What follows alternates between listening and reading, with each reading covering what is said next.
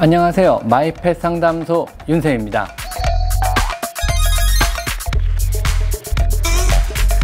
오늘은 내 고양이가 받고 있는 스트레스에 대해서 한번 얘기해 볼까 그래요.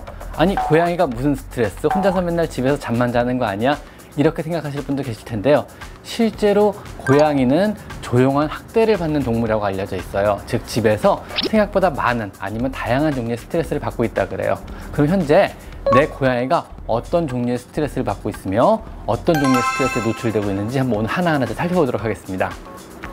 먼저 고양이가 대표적으로 받고 있는 스트레스 중에 한 가지는요, 혼자 있는 거에 대한 스트레스라 그래요. 즉, 흔히 고양이는 독립적인 동물이라 혼자 있어도 잘 있고 뭐 이렇게들 많이 잘못 생각하시는데요. 실제로는 고양이는 독립적으로 사냥은 하는 동물이지 실제로는 굉장히 사교적이고 사회적인 동물이라 그래요. 고양이들이 이제 혼자 있다고 마냥 좋은 건 아니고요. 어울리기를 좋아하고 동료란 개념이 있는, 혼자 있으면 외로움을 당연히 느끼는 그러한 동물입니다. 물론 강아지보다는 수면 시간 자체가 극단적으로 길기 때문에 상대적으로 덜 외로워하거나 덜 심심해하는 건 사실입니다. 하지만 혼자 오랜 시간 방치되어 조용한 학대를 받는 대표적인 동물임을 꼭 기억하셔야 됩니다.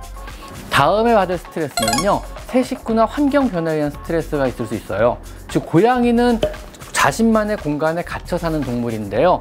고양이가 새로운 냄새나 새로운 페로몬에 노출되면 굉장히 심한 충격을 받는다 그래요. 새로운 동물 혹은 사람 어린아이에 이해할 수 없는 행동들은 고양이를 충분히 공포심에 빠뜨릴 수 있습니다. 이때 익숙하게 피하거나 숨을 장소나 올라가서 웅크릴 장소가 없다 그러면은 고양이는 패닉에 빠지되고 결국은 이 자체가 굉장히 심한 트라우마로 남아서 굉장히 싸나운 고양이로 변할 수도 있어요.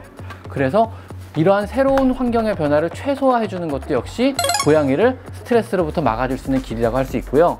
또 이동이나 아니면 병원 방문에도 굉장히 많은 스트레스를 느껴요. 즉, 갑자기 고양이를 주인이 이상하게 흥분된 목소리를 막 쿵쾅거리며 찾아요. 그럼 고양이는 익숙하지 않은 목소리에 놀라서 숨게 되고, 고양이는 또 숨어있는 장소에서 주인으로부터 억지로 끌려 나와서 자기가 싫어하는 캐리어라는 공간에 억지로 갇혀요. 그 다음에 막 환경이 바뀌면서 막 차를 타고 이동하고 이상한 진동도 느끼고 새로운 냄새를 맡다가 도착한 곳은 결국 병원이에요. 아주 싫어하는 곳이죠. 거기서 수술을 받거나 주사를 맞게 되면 또 그건 트라우마로 남아요. 다시는 병원을 싫어하게 되는 거죠. 심지어는요, 처음 병원을 방문하고 온 다음 날부터 너무너무 심한 트라우마를 받아가지고 다시는 주인이 손을 못 대게 막 으르렁거리고 화내는 고양이도 있었다 그래요. 너무 억지로 막 이렇게 막 캐리어에 수저넣고 병원을 방문하고 이런 행위도 최소로 자제할 필요는 있을 것 같아요. 호르몬의 변화 역시 되게 심한 스트레스를 느껴요. 대표적으로 발정입니다.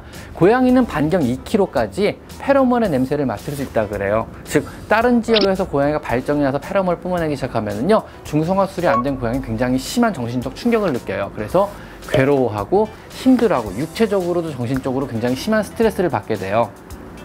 의외로 지금 현재도 많은 고양이들이 중성화가 안 돼 있어서 이런 종류의 스트레스에 심하게 노출되고요. 이런 종류의 스트레스에 오랫동안 지속적으로 노출되면은 이런 페로몬이나 호르몬들이 몸에서 분비되면서 몸의 장기들을 또 공격을 해가지고 몸의 장기들을 좀 안 좋게 만들어요. 그래서 자궁질환이나 유선질환이나 비뇨기 계통의 질환을 많이 유발하고 정신적으로도 많이 힘들어지거든요. 그래서 혹시 대부분은 물론 하셨겠지만 아직도 중성화 수술이 안 된 고양이를 키우고 있다면요, 빨리 이런 스트레스로부터 해방시켜주기 위해서 중성화 수술을 꼭 시켜줄 것을 권장드립니다. 그리고 또 재밌는 게, 고양이는 동거동물의 죽음을 굉장히 심한 스트레스로 받아들인다 그래요. 즉, 사람하고 고양이가 거의 유일하게 동료란 개념이 있는 동물이라 그래요. 그래서 고양이는 이러한 동료란 개념을 되게 잘 받아들이기 때문에 같은 집단 내에서 한 동물이 죽거나 갑자기 없어지게 되면요, 여기서 받는 상실감이 굉장히 크다 그래요. 그래가지고 식욕을 거부하고 밥을 안 먹고 침울해하고 우울해하다가 실제로 질병까지 이어지는 경우도 왕왕 있다 그래요. 즉, 갑자기 같이 살던 사람이 없어지거나 같이 살던 동거동물이 죽거나 다른 동물이 어디로 떠나버리거나 이러면 굉장히 예민하게 받아들여서 스트레스가 심할 수 있으니까 이것도 주의 있게 좀 살펴보셔야 됩니다. 자, 고양이들은 이런 스트레스를 받으면 어떤 행동을 주로 나타낼까요? 내 고양이가 지금 현재 스트레스를 받고 있나를 어떤 증상을 보면 알 수 있을까요? 그래서 몇 가지 포인트가 있는데요. 먼저 스트레스를 많이 받은 고양이는 걸을 때 마룻바닥이나 아니면 유리로 된 어떤 곳을 지나갈 때 발자국을 남겨요. 발바닥에 땀이 나가지고 발자국을 남게 되고요. 그다음 양쪽 어깨 쪽에, 어깨나 트렁크, 몸통 쪽에 털이 빠지기 시작해요. 자기가 물어뜯거나 아니면 심하게 긁어서 탈모를 진행을 시켜요. 그리고 갑자기 싸나워지거나 숨기도 해요. 스트레스를 많이 받은 고양이는 귀가 뒤로 넘어가고 싸나워지고 주인을 피하고 숨어서 안 나오기도 하고 헥헥거리기도 해요. 이것도 역시 스트레스를 많이 받았을 때 나타나는 패턴들 중에 하나고요. 화장실 이용을 거부하기도 해요. 스트레스를 받은 고양이는 어느 순간 갑자기 엉뚱한 데다 오줌을 싸기 시작해요. 마킹을 하기도 하고요. 그 다음에 화장실을 가운데다 이쁘게 싸다가 구석에다 싸다가 아예 다른 데다 싸기도 해요. 그 다음에 하품을 하거나 엎드려서 잠만 자요. 즉 커밍 시그널의 일종인데요. 갑자기 주인을 보고 엉뚱한 행동을 해요. 하품을 하고 엎드려 잠만 자고 안 움직이려고 그러고 만사 귀찮아하고 이런 것도 있을 수 있어요.